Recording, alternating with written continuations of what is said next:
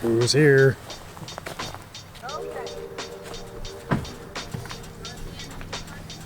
Don't forget to hit subscribe and put a thumbs up. What? It's finally stopped raining. Like, it's been raining like for almost a month straight. The rain broke and it's like almost 70 degrees outside today. So once again, welcome to Dash and Cars. So I got a little bit of news that I might be going to the off-road park again next weekend. We gotta do a little bit of shakedown runs before we might go to the desert. So my dad needs to take his Razor out there, and he's got another friend, and I'll probably be taking the wagon if I can get some stuff done today. Let's hop to it. I gotta figure out that drive shaft problem, make sure the drive shaft isn't vibrating, and make sure that maybe we can fix it. And then I got to rebuild the viscous coupler. Besides that, I think that'll be enough to get us to the park and have fun. Let's get started. And if I get done with all the wagon stuff, I plan on cleaning out the CRX. I'll push it out front, vacuum everything out, clean up the interior, get all the crap out of it. That way it starts looking kind of like a resemblance of a race car. Some big things coming for that. I got some awesome news coming up. Stay tuned for that.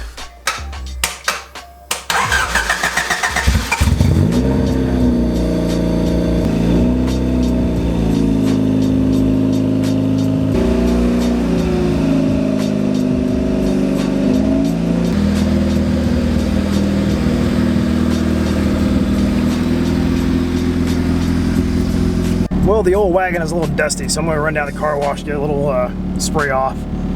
That way I can kind of check out some things, give it a little bit longer test drive, see if I got that drive shaft wobble still. I've got a few theories of what it might be, so we'll test that out. But let's get on the road and see how it does. Well, it has the vibration is at low speed, above half throttle maybe, or around half throttle. And it has a pretty hard vibration, but when you get going down the road and you're going, it seems to be fine. So I don't know. I'll have to go underneath and kind of check a few things out and see where it's at. On the plus side, the exhaust sounds a lot better than I thought it would. And actually, I ordered a little bit of a muffler. You'll see here coming in this week. That'll bring down the tone a little bit, but actually it really doesn't sound that bad. A little loud still, but man, whatever. I like it.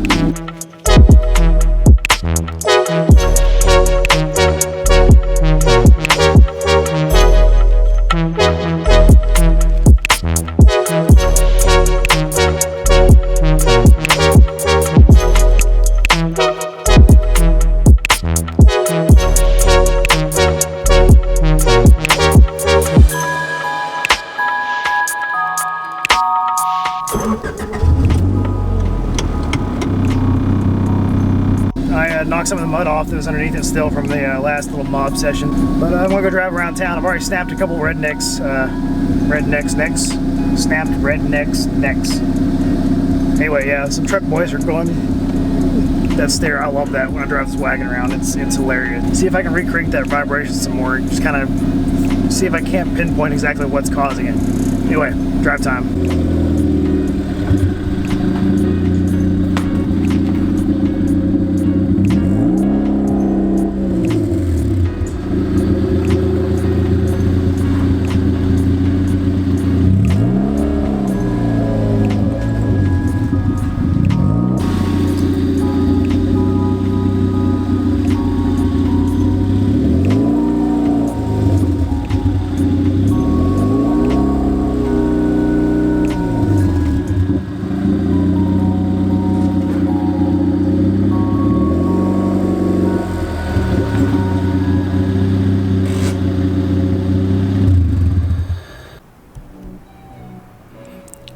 I figure while I was on this part of town, I'd give you a little look at the flex after the lift. This is a spot that I used to come and do some flex stuff when I just had the junkyard lift. And you can see it's got so much more space underneath it now. Of course, that's to be expected, but it's just fun. It handles it really well. It came off real easy. There's no drama. There's no nothing. No scrapes, no bumps, no nothing. Just flexes up in there nice.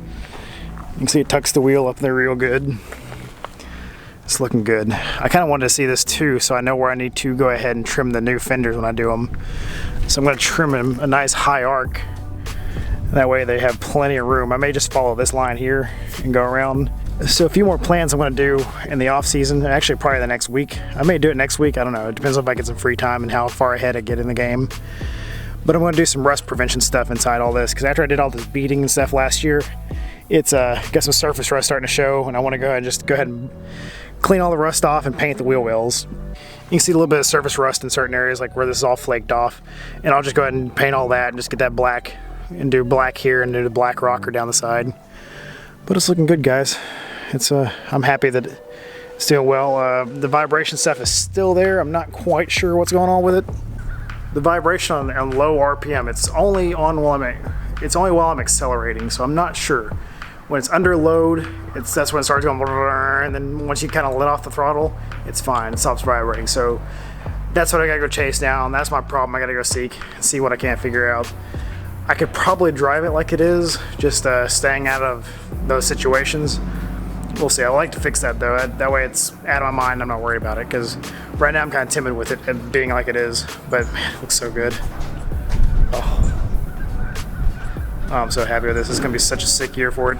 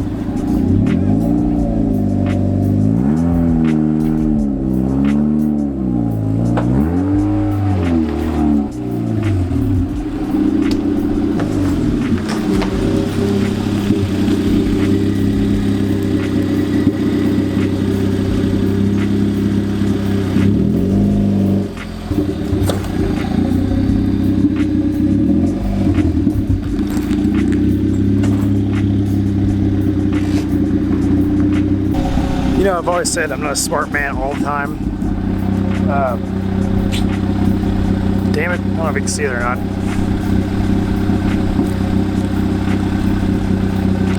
She's muddy again. Yeah, I didn't quite take my own advice. It's been raining in Camden for a month, like I said earlier in this video. I decided, well, I'm gonna go ahead and turn around in this field on this incline. And I started to pull up at super low, and she wasn't having it, guys. Yeah, that's very, very slick. So I had to back out of that, get turned around to that. It's not a great time. I mean, I got out, but at what it cost.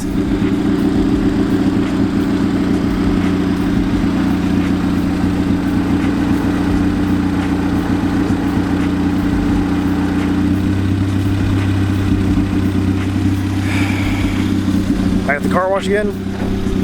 I guess. Shit.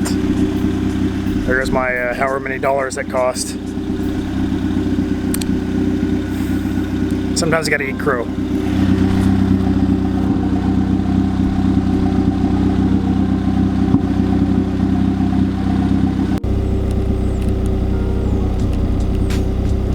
Yeah, it totally wasn't being out there mudding.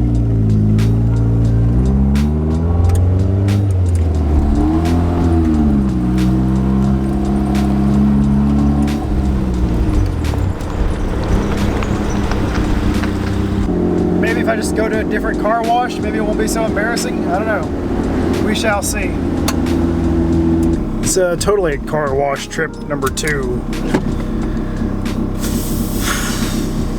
Whatever. Gives me more time to shake down and run around. You know what? Unintentional mud test. That's what it was. I really want to see what the off-road mud capabilities of this new lift was. Right.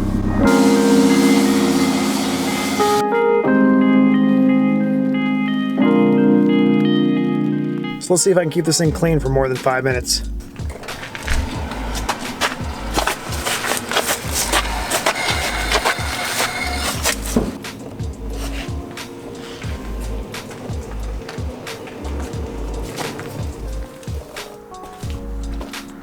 Like I was saying in that earlier clip, when I ever get done with the wagon, I'm going to go ahead and vacuum all this stuff out and get all the debris out of here.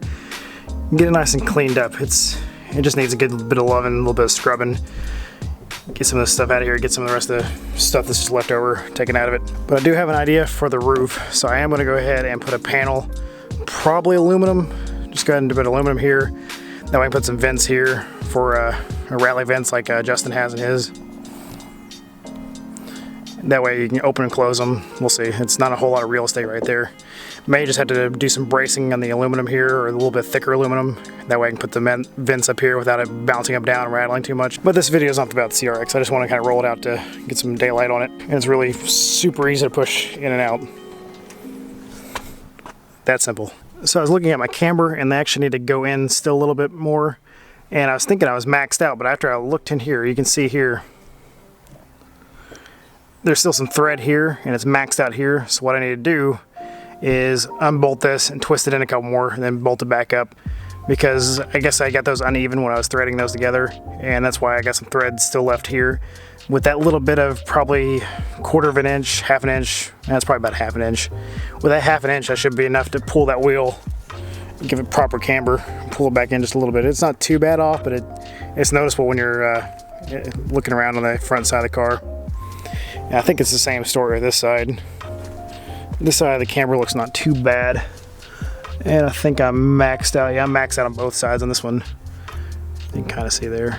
So, what I'm going to do is I'm going to roll the wagon in and check the drive shaft. I think I see where I'm getting the vibration. My problem is I'm not sure how I'm going to have to fix it. You know, when you look at it like that, that's a lot of cars. I mean, I still have 2 cars at my dad's house. That's alright. It's not really a problem. I don't have a problem. Not at all. Nope. So I think this might be my problem right here. So it looks like you can see the angle here, how that goes up and that goes into that. And that shouldn't be an angle. I think that actually should be closer to that cup. So I think those spacers, I may need a little bit more spacer, because looking back at this before, let's see if you can see it. You see my carrier bearings are kind of sitting, they're resting at the bottom of the carrier bearing. It's front and rear. So what that is presumably telling me is that the drive shaft needs to drop just a hair more. And I'll talk to Ben, I'll send him this video and have him look at it and see what he thinks. We had to redo, he had to send me a different set of bushings for this, so maybe I need a little thicker bushing and a little longer bolt. I'm not sure. I think if we drop that down, what I'm going to go ahead and do is unbolt the viscous coupler here at the carrier bearings and support it with some jack stands and see if that'll slide in just a little further, and see if that gives us a little better angle. Maybe it won't be so bad. I may have done something good here. That angle looks a lot better. My carrier bearings aren't sitting at the very dead bottom anymore. And what I did, as you can see here, kind of hard to tell what they are, but it's 2 lug nuts. They're all the way through lug nuts, and stacked together, they're probably 1/2 an inch taller than the probably just a hair taller than the spacer that came with HRG Engineering. If this does work and my vibration's cured, or at least way better, I will tell Ben and we'll get the right size spacers put in there. Man, I hope this works. That would be fantastic. Oh, that's a lot better. Listen.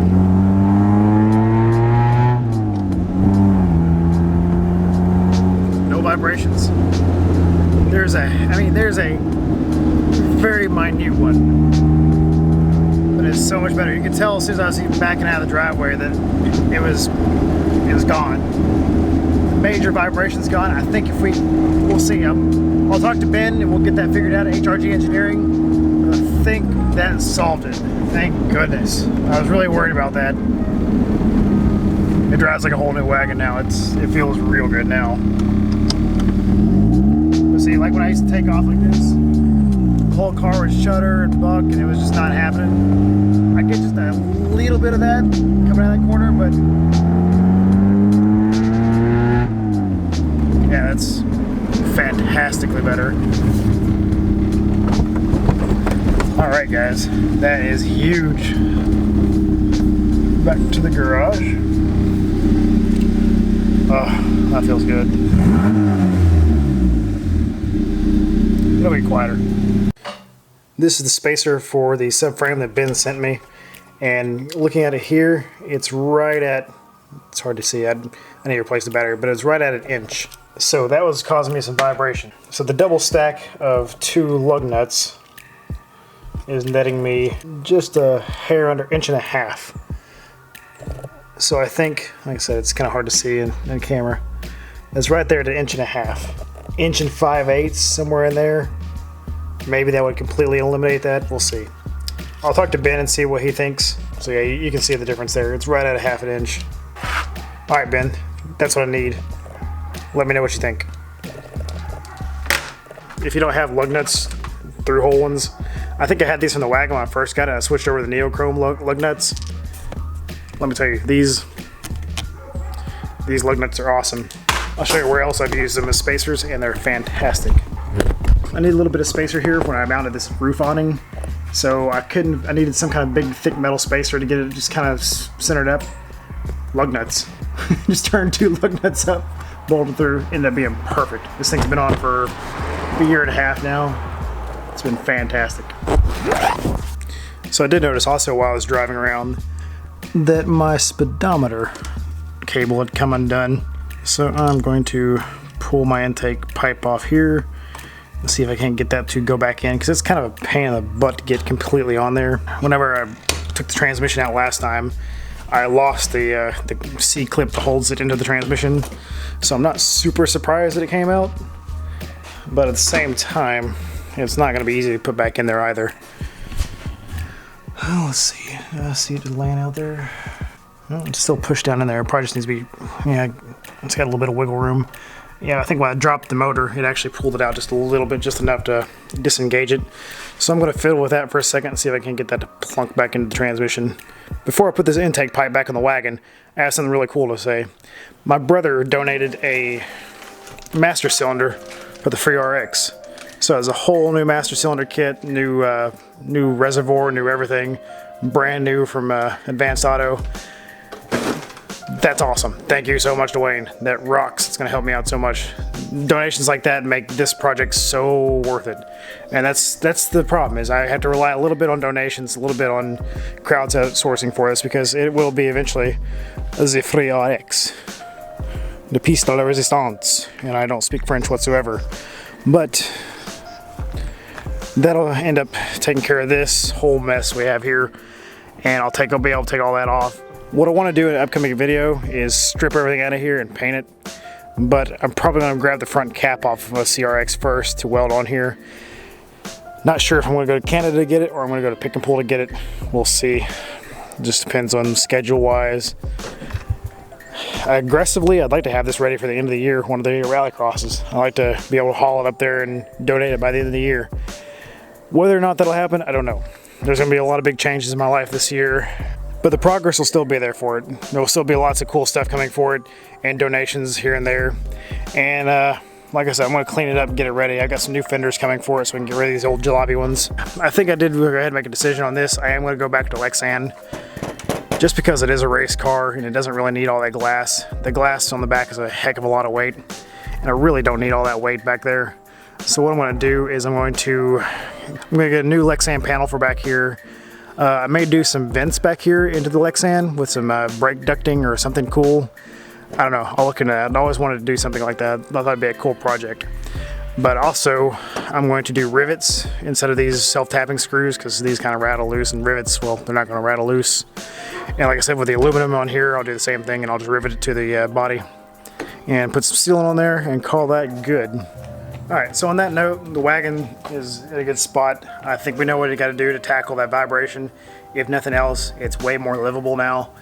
The big news for the wagon, Cole over at Bad Guys Worldwide, he's the guy who builds insanely good motors for Hondas. He's really big in the D series, does all kinds of really good engine work, block work, cams, all that stuff, regrinds, just the whole 9 yards. He's the one who built Justin's turbo wagon, and you've seen countless videos of that on my channel. So he put up a post the other day. He has 10 built LSDs for the 4-wheel drive Civic Wagon for the front end. That's pretty big. There's a couple of companies out there that kind of toyed around with that and doing group buys, but Cole actually has 10 made right now. So with that being said, I thought about it, and they said he kept saying he needs 10 people to buy in, and I was like, oh man, oh boy. Because thinking about it, an LSD in this thing, in an off-road situation, one of its weak points is when you're off-roading and you get off camber and one wheel wants to openly spin. I think with a front LSD, that's going to help tremendously. That bird just about dive-bombed me. I had a bird just go like this right in front of us. I'm afraid they're going to go back in the garage to try to make another nest. That's when before I sealed the garage up, I think I may have sealed their fate too. I thought they were all gone. I thought they were all out of here. You know, my dinosaur song. You saw birds in there and have hoes in them. Go away. Be gone, thought. Anyway, enough of that thought. So anyway, a front LSD in this car, I think it'd be really, really awesome for off-road. So old Dash put a order in. So I'm on the list. I paid my deposit. It's going to be on the way. So that's pretty big. I'm going to tear this transmission out, put the LSD in, reseal everything up. I've got to change the main seal in there anyway because it's been leaking anyway, so I'll give you a chance to do that. It'll be my first time opening up this transmission, so it'll be a big learning experience for me, and I'll put that on the channel for you guys too, because it's all about learning. So, on top of that, look for the viscous coupler rebuild this week. I'm going to start trying to work on that. The real main concern I have about rebuilding my viscous coupler is just cleaning up all the silicone fluid from the viscous coupler, because all I've heard is the pain in the ass, and I know it's going to be. So be looking forward to that this week, and then off-road trip hopefully this weekend. That should be really killer. So I will see you guys later.